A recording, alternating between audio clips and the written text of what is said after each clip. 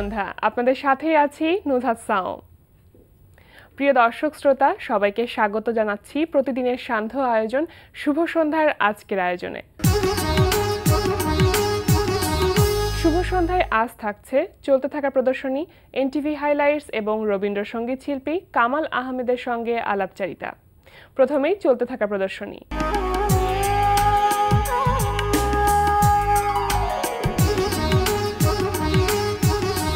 শুরুতে জানিয়ে দিচ্ছি ঢাকার বিভিন্ন গ্যালারিতে চলতে থাকা প্রদর্শনীর সময়সূচি। গুলশান এভিনিউর রেডিয়াস সেন্টারের বেস গ্যালারিতে প্রদর্শিত হচ্ছে শিল্পী প্রশান্ত কর্মকার বুদ্ধর একক চিত্রকলা প্রদর্শনী Muhammad Ali the legend lives on. প্রতিদিন সকাল 10টা থেকে রাত 8টা এই সময় প্রদর্শনী চলবে 30 আগস্ট পর্যন্ত। বাংলাদেশ শিল্পকলা একাডেমি জাতীয় চিত্রশালার প্লাজায় প্রদর্শিত হচ্ছে দলীয় চিত্রকলা প্রদর্শনী শিল্পের আলোয় বঙ্গবন্ধু। বেলা 11টা থেকে রাত 8টা এই সময় প্রদর্শনী চলবে 31 আগস্ট পর্যন্ত। ধানমন্ডি শিল্পাঙ্গন গ্যালারিতে অনুষ্ঠিত হচ্ছে শিল্পী কারু তিতাসের একক চিত্রকলা প্রদর্শনী ওয়াটার জার্নি। প্রতিদিন বেলা 12টা থেকে রাত 8টা এই সময় প্রদর্শনী চলবে 12 আগস্ট পর্যন্ত। ধানমন্ডি 7 মসজিদ রোডের গ্যালারি 21-এ অনুষ্ঠিত হচ্ছে তাজউদ্দিন আহমেদের জন্মদিন উপলক্ষে আলোকচিত্র প্রদর্শনী। প্রতিদিন বেলা 12টা থেকে রাত 8টা এই সময় প্রদর্শনী চলবে 22 আগস্ট পর্যন্ত। এবার এনটিভি হাইলাইটস।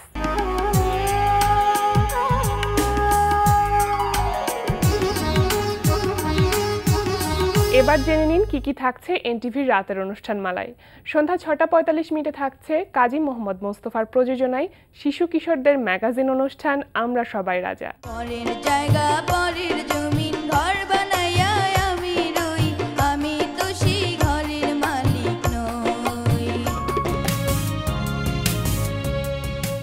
রাত 8:20 দেখবেন আবু রায়হান জুয়েলের পরিচালনায় রান্না বিষয়ক অনুষ্ঠান টুডেস কিচেন।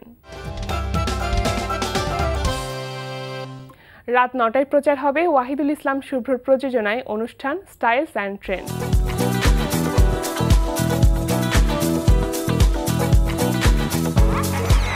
রাত 9:40 প্রচার হবে ধারাবাহিক নাটক পাগলা হাওয়ার দিন। যাও রাজি, পথের কাটা সরিয়ে ফেলো, আমি তোমার পথ চেয়ে আছি। আমার এত গরম লাগতেছে কেন? আমি খাইনা যাইতেছি অনেক, তাই তো আমার অনেক ঘাম হইতেছে।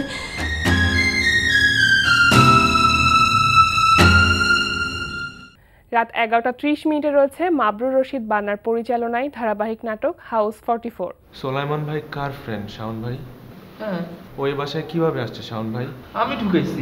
রাইট, কিন্তু ওই বাসায় এসে এই বাসার সুখ শান্তি যদি নষ্ট করে বা অন্য কোনো যদি অকারেন্স ঘটায় তাহলে এটার জন্য দায়ী কে শাওন ভাই?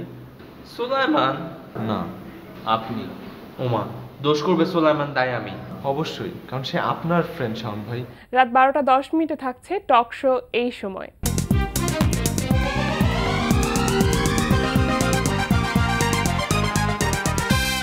এই ছিল এনটিভি অনুষ্ঠানমালার হাইলাইটস। এবার আসছি আলাপচারিতায়।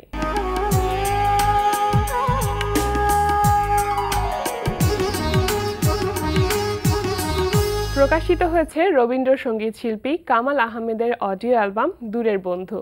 প্রিয় দর্শক, আমাদের আজকের অতিথি রবীন্দ্রসঙ্গীত শিল্পী কামাল আহমেদ। চলুন কথা বলি তার সঙ্গে। শুভ সন্ধ্যা। শুভ সন্ধ্যা। কেমন আছেন? হ্যাঁ, ভালো। অবশ্যই ভালো থাকাটা খুবই স্বাভাবিক, যেহেতু কিছুদিন আগে 22শে শ্রাবণ গেল এবং সেই দিনে এরকম একটি বিশেষ দিনে আপনার ত্রয়োদশ অ্যালবামের মোড়ক উন্মোচন হয়েছে। তো সেটি হয়েছে কলকাতায়, তাও আবার। তো কেমন ছিল আয়োজনটি? আসলে আমি তো সেই সময় ঢাকাতে ছিলাম। আমি একজন যেহেতু সরকারি কর্মকর্তা, মানে ইচ্ছে করলেই যে কোনো সময় দেশের বাইরে যাওয়া যায় না, এ কারণে আমার যাওয়াটি সম্ভব হয়নি। তবে আয়োজনটি খুব সাধারণভাবেই ছিল। এটি যেহেতু প্রকাশ করলো ভারতের বিখ্যাত কোম্পানি রাগা মিউজিক, আচ্ছা, তাদের প্রিমিসিসেই একটা প্রেস কনফারেন্সের মতো হয়েছে এবং সেখানেই এটির মোড়ক উন্মোচন হয়েছে। আচ্ছা, তাহলে এর মধ্যে তো যাওয়া হয়নি, এটা তো বেশ দুঃখজনক একটি ব্যাপার। তো এর মধ্যে কি যাওয়ার কোনো সম্ভাবনা আছে? হ্যাঁ, আমার আরও একটি সিডি রাগা মিউজিকই সেটি প্রকাশ করছে। আচ্ছা, আগামী 15ই আগস্ট বঙ্গবন্ধুর শাহাদাত বার্ষিকীতে। এই সিডিটি বঙ্গবন্ধুকেই নিয়েই করা এবং সেখানে 12টি গান থাকবে। সেইটির প্রকাশনার সময় আমি কলকাতায় থাকবো। তাহলে আমরা দূরের বন্ধু সম্পর্কে একটু শুনি যে অ্যালবামটিতে কি কি ধরনের গান আছে। আসলে আমার এটি ত্রয়োদশ অ্যালবাম, আপনি একটু আগেই উল্লেখ করলেন। এর আগে আমার 12টি অ্যালবাম প্রকাশিত হয়েছে, সবই বাংলাদেশ থেকে। তো আমি কিছুদিন আগে কলকাতায় যাই আর কি, কলকাতায় দুটো অনুষ্ঠান করতে যাই। একটি ছিল রবীন্দ্র সদন, আর একটি ছিল Birla academy of arts and কালচারে। সেখানে আমি অনুষ্ঠান করে এক অভূতপূর্ব সাড়া পাই। বাংলাদেশে অনেক অনুষ্ঠান করেছি, কিন্তু সেখানে মিউজিশিয়ান, সাউন্ড সিস্টেম, অডিয়েন্স সব মিলে একটা অসাধারণ আমি পরিবেশ পাই। এবং তাদের অনুরোধে বা তাদের চাওয়ার প্রেক্ষিতেই আমারও একটি ভাবনা আসে যে পাশাপাশি দুটো দেশ, আমরা বাংলা ভাষাভাষী, আমার 12টি অ্যালবাম বাংলাদেশ থেকে হলো, এখান থেকে তো একটি অ্যালবাম হতে পারে। তখন থেকেই ভাবনা, এবং এই জন্য বিভিন্ন পর্যায়ের গান নিয়ে একটু যত্ন করে এই অ্যালবামটি করা। আচ্ছা, মানে ভারতীয় শ্রোতা দর্শকদের কথা মাথায় রেখেই গানগুলো নির্বাচন করা, এরকম কি কিছু?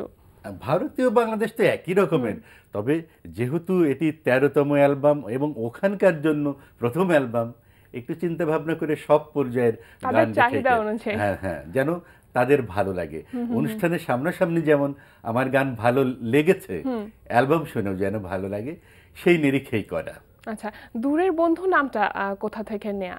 দূরের বন্ধু এটি একটি গানের, তবে ওই আমার অনুভূতিটি কিন্তু কাজ করেছে যে ভারতে কিন্তু আমি দূরের বন্ধু, আচ্ছা, একেবারে তাদের কাছের না। কারণ যেহেতু একটা আবেগ, একটি ভাবনা, মানে যে জীবনের এত অংশ পার হয়ে আসার পরে একটি অ্যালবাম বাইরে থেকে হবে, সেখানে নামকরণ থেকে সবকিছুতেই আমার বিষয়গুলো একটু গভীরভাবে কাজ করেছে। আচ্ছা, তাহলে রেকর্ডিং কি কলকাতাতেই হয়েছে নাকি মিউজিক বাংলাদেশে? কলকাতায় করে, কিন্তু ভয়েস এবং মিক্সিং বাংলাদেশে প্রমিক্স স্টুডিওতে করা। আচ্ছা, ঠিক আছে। কাজ চলেছে কতদিন ধরে কাজ করা হচ্ছে? এই মানে যে একটি বিশেষ অ্যালবামের কাজ আমার কয়েক বছর ধরে করা, তবে এই ডিসিশনটা তো দ্রুতই, এই 6 মাসের মধ্যে আমি করেছি কম্পাইলেশন। ভারত থেকে একটি অ্যালবাম করব অনেক দিন আগের ভাবনা, কখন করব এইটি ভাবনায় ছিল না, কিন্তু মাস 6 আগে সেখানে যে অনুষ্ঠান করার পরই ভাবনা যে 22শে শ্রাবণ আমি এই অ্যালবামটি করব। প্রত্যেকবারই 22শে শ্রাবণ, এই যে 25শে বৈশাখ উপলক্ষে আপনার অ্যালবাম আমরা পাই, তো এটা তো একটা বিশেষ একটি অনুভূতি, যেরকম বিশেষ দিনগুলোতে আপনার অ্যালবামগুলো প্রকাশিত হচ্ছে, সেই অনুভূতির কথা যদি একটু শুনি। আসলে আমরা মানুষ দৈনন্দিন কাজ করি, দপ্তর, সংসার, সাধারণ চাওয়া পাওয়া, কিন্তু এই যে আমি রবীন্দ্রনাথের গান নিয়ে কাজ করি, এটা কিন্তু আমার একের নিরন্তর কাজ করা এবং মেধা, মনন, ভালোবাসা, ভালো লাগা সব দিয়ে গভীরভাবে করা, ভেতর থেকে করা। এই প্রাপ্তিটা কিন্তু অন্যরকম। সারা বছর ধরে আমার এই ভালো লাগাটা থাকে, এই কাজটি করতে থাকি। বিশেষ করে যখন এটি প্রকাশ হয়ে মানুষের কাছে যায়, যখন আমি রিয়াকশনটা পাই, তখন আমি কিন্তু আপ্লুত হই। তখন আমি কিন্তু একজন বাঙালি হিসাবে, একজন মানুষ হিসাবে নিজেকে আমি খুঁজে পাই। চমৎকার কিছু কথা শুনছিলাম এবং চমৎকার একটি গান শুনতে চাই। কোন গানটি শোনাবেন এখন আমাদের? আমি একটু আগেই বললাম বিভিন্ন পর্যায়ের গান, এবং প্রেমের গান বেশি আছে।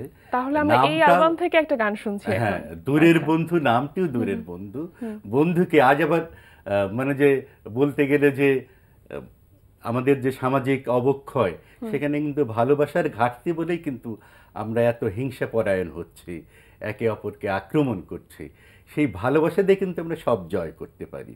এজন্য আমি একটি ভালোবাসার গান শোনাচ্ছি। অবশ্যই শুনি। নিশিনা পুহাতে জীবন প্রদীপ জ্বালাইয়া যাও, জ্বালাইয়া যাও, জ্বালাইয়া যাও প্রিয়া, তোমার অনুল দিয়া নিশিনা পুহাতে। অসাধারণ, খুব ভালো লাগলো।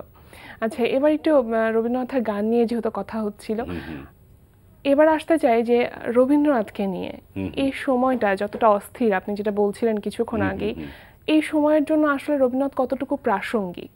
আসলে রবীন্দ্রনাথ সবসময় প্রাসঙ্গিক এবং আধুনিক, অতি আধুনিক। রবীন্দ্রনাথ তার সকল সৃষ্টির ব্যাপারেই আত্মবিশ্বাসী। ছোট গল্প, উপন্যাস, নাটক, গান। বিশেষ করে রবীন্দ্রনাথের গানের ব্যাপারে রবীন্দ্রনাথ নিজেই বলেছেন যে আমার কোনো কিছু যদি না থাকে আমার গানের মধ্যেই আমি চিরকাল বেঁচে থাকব। সেই রবীন্দ্রনাথের গানকে নিয়ে যেহেতু আমি চর্চা করি, আমারও সেই অনুভূতিটা এরকম যে রবীন্দ্রনাথকে আমরা সবসময়ই আমাদের প্রাসঙ্গিকভাবে পেতে পারি, এবং রবীন্দ্রনাথকে যদি আমরা ধারণ করি, লালন করি, তাহলে আমাদের যে অস্থিরতা এগুলো কিন্তু নিঃসন্দেহে কেটে যাবে।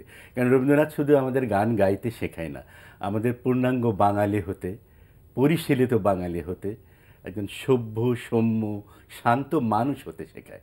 সুতরাং রবীন্দ্রনাথ প্রাসঙ্গিক এবং আমাদের জীবনাচরণে রবীন্দ্রনাথকে খুবই প্রয়োজন। আচ্ছা, তো এই অস্থির অবস্থাটা কাটিয়ে ওঠার জন্য রবীন্দ্রনাথের গানগুলোকে আমরা কিভাবে ব্যবহার করতে পারি?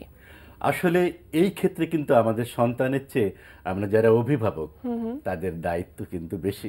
কারণ আমরা ছোটবেলায় যখন বড় হয়েছি, আমরা সকালে শুনেছি যে বাসায় হয়তো বাবা বা মা তারা বাইরে গেলেও যারা তৈরি হচ্ছে সে সময় কিন্তু বাসায় রবীন্দ্রনাথের গান, শুধু রবীন্দ্রনাথকে বলবো না, রবীন্দ্রনাথের গান, নজরুলের গান, বাঙালির শাশ্বত গান, তিন কবির গান, এই যে তো গানগুলো কিন্তু সকালে বাজতো। আমাদের সন্তানরা কিন্তু বা আমরা ওই গানগুলো শুনেই বড় হয়েছে। বাংলা গানের স্বরূপ কিন্তু আমরা জেনেছি, এটা রবীন্দ্রনাথের গানের চেহারা, এটা নজরুলের গানের চেহারা, এটি অতুল প্রসাদ, এটি ডিএল, এটি রজনীকান্ত, বা এটি হারানুদ্দিনের গান।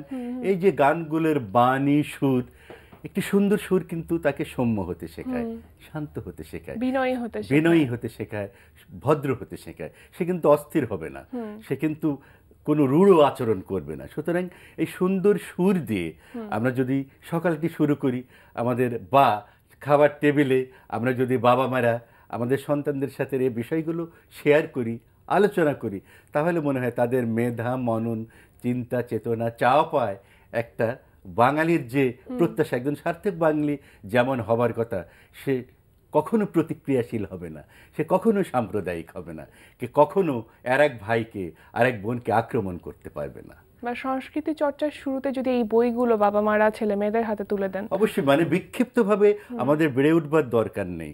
আমি যেমন স্কুলের সিলেবাসটি পড়বো, রবীন্দ্রনাথকে জানবো, নজরুলকে জানবো, আমার মুক্তিযুদ্ধকে জানবো, আমার ভাষা আন্দোলনকে জানবো, সব কিছু জেনে আমার সন্তান যদি পূর্ণাঙ্গভাবে বেড়ে ওঠে, তাহলে কখনোই সে বিপদগামী হবে না, হবার সম্ভাবনা নেই। অবশ্যই আমরাও সেটাই প্রত্যাশা করব। তো এই সময়ে যারা রবীন্দ্রসঙ্গীত চর্চা করছে তাদের মধ্যে চর্চাটা কেমন দেখছেন? না, খুবই আশাব্যঞ্জক, কারণ অনেকেই ভালো করছে। আমি মনে করি যে রবীন্দ্রনাথের গানের চর্চা অতীতের চেয়ে এখন আরও বেড়েছে। সামাজিক অস্থিরতা থাকতে পারে, অনেকেই অস্থিরতার মধ্যে থাকতে পারে, কিন্তু রবীন্দ্রনাথের গানের চর্চা কিন্তু বেড়েছে। তবে হ্যাঁ, এটি ছড়িয়ে দিতে হবে সবার মধ্যে, সবার ঘরে, সব জায়গায় ছড়িয়ে দিতে হবে। সেজন্য আমি একটু আগে যেটা বললাম যে আমরা যারা এখন অভিভাবক, আমরা যারা সমাজের দায়িত্ববান ব্যক্তি, যার যার জায়গায় এগুলো ছড়িয়ে দিতে হবে। এই সময় আমরা যেগুলো দেখছি যে রবীন্দ্রনাথের গানগুলোকে নিয়ে রিমিক্স করা হচ্ছে, এই ব্যাপারটিকে আপনি কিভাবে দেখেন? একটু আগেই বলেছে রবীন্দ্রনাথের গান আধুনিক, অতি আধুনিক। কারণ উনি কিন্তু ওনার গানে ওয়েস্টার্ন আরোপ করেছেন, বিভিন্ন দেশীয় সুর উনি নিয়েছেন, সেগুলো ব্যবহার করেছেন, বলেছেনও যে এটি কোথা থেকে কিভাবে না, পটভূমি উনি বলেছেন। এবং আমাদের যেমন লালনের প্রভাব আছে, সেরকম ইউরোপের প্রভাবে রবীন্দ্রনাথের গান আছে, এবং সব কিছু নিয়ে রবীন্দ্রনাথের গান আধুনিক গান। এটি আমরা যদি বুঝে করি, তাহলে আমার যদি বোধ থাকে, তাহলে কিন্তু ওটাই আমি হাত দিতে পারবো না, কারণ এটি এত আধুনিক। এবং এর মধ্যে আরেকটা ব্যাপার আছে, কিন্তু রবীন্দ্রনাথ যে স্বরলিপি করে গেছেন এবং উনি নির্দেশনা দিয়ে গেছেন যে কোন গান শুধু স্বরলিপি করেন নেই, কোন গানটি দ্রুত লয়ে হবে, কোন গানটি ধীর লয়ে হবে, বা কোন জায়গায় সুরটি এলিয়ে যাবে, মিহির দিতে হবে, সব বলা আছে। সুতরাং এই কাঠামোর বাইরে যাবার তো কোনো অবকাশ নেই। তবে আমি একটি কথা বলতে চাই যে মিউজিক কম্পোজিশনে বাণী, সুর সব কিছু ঠিক রেখে, যেমন রবীন্দ্রনাথ ওনার সময় বেশি যেটা ব্যবহার হতো এসরাজ, বা উনি অনেক সময় পিয়ানো ব্যবহার করেছেন। সব থেকে বড় কথা কি যে রবীন্দ্রনাথের গানগুলো গাইতে গেলে রবীন্দ্রনাথকে বুঝতে পারাটা খুব জরুরি। রবীন্দ্রনাথকে বুঝতে পারাটা। আচ্ছা, আমরা এবার একটি গান শুনতে চাই।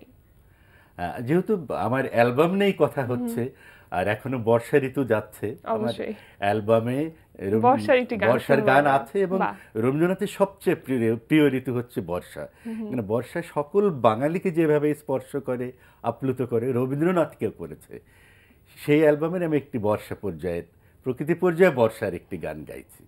ছায়া ঘনাইছে বনে বনে, গগনে গগনে ডাকে দেয়া,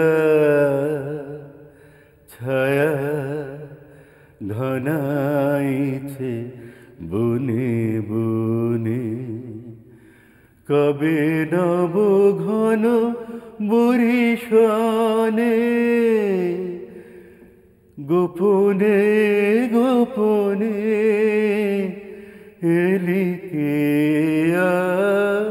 ছায়া ঘনাইছে বনে বনে, গগনে গগনে ডাকে দেয়া,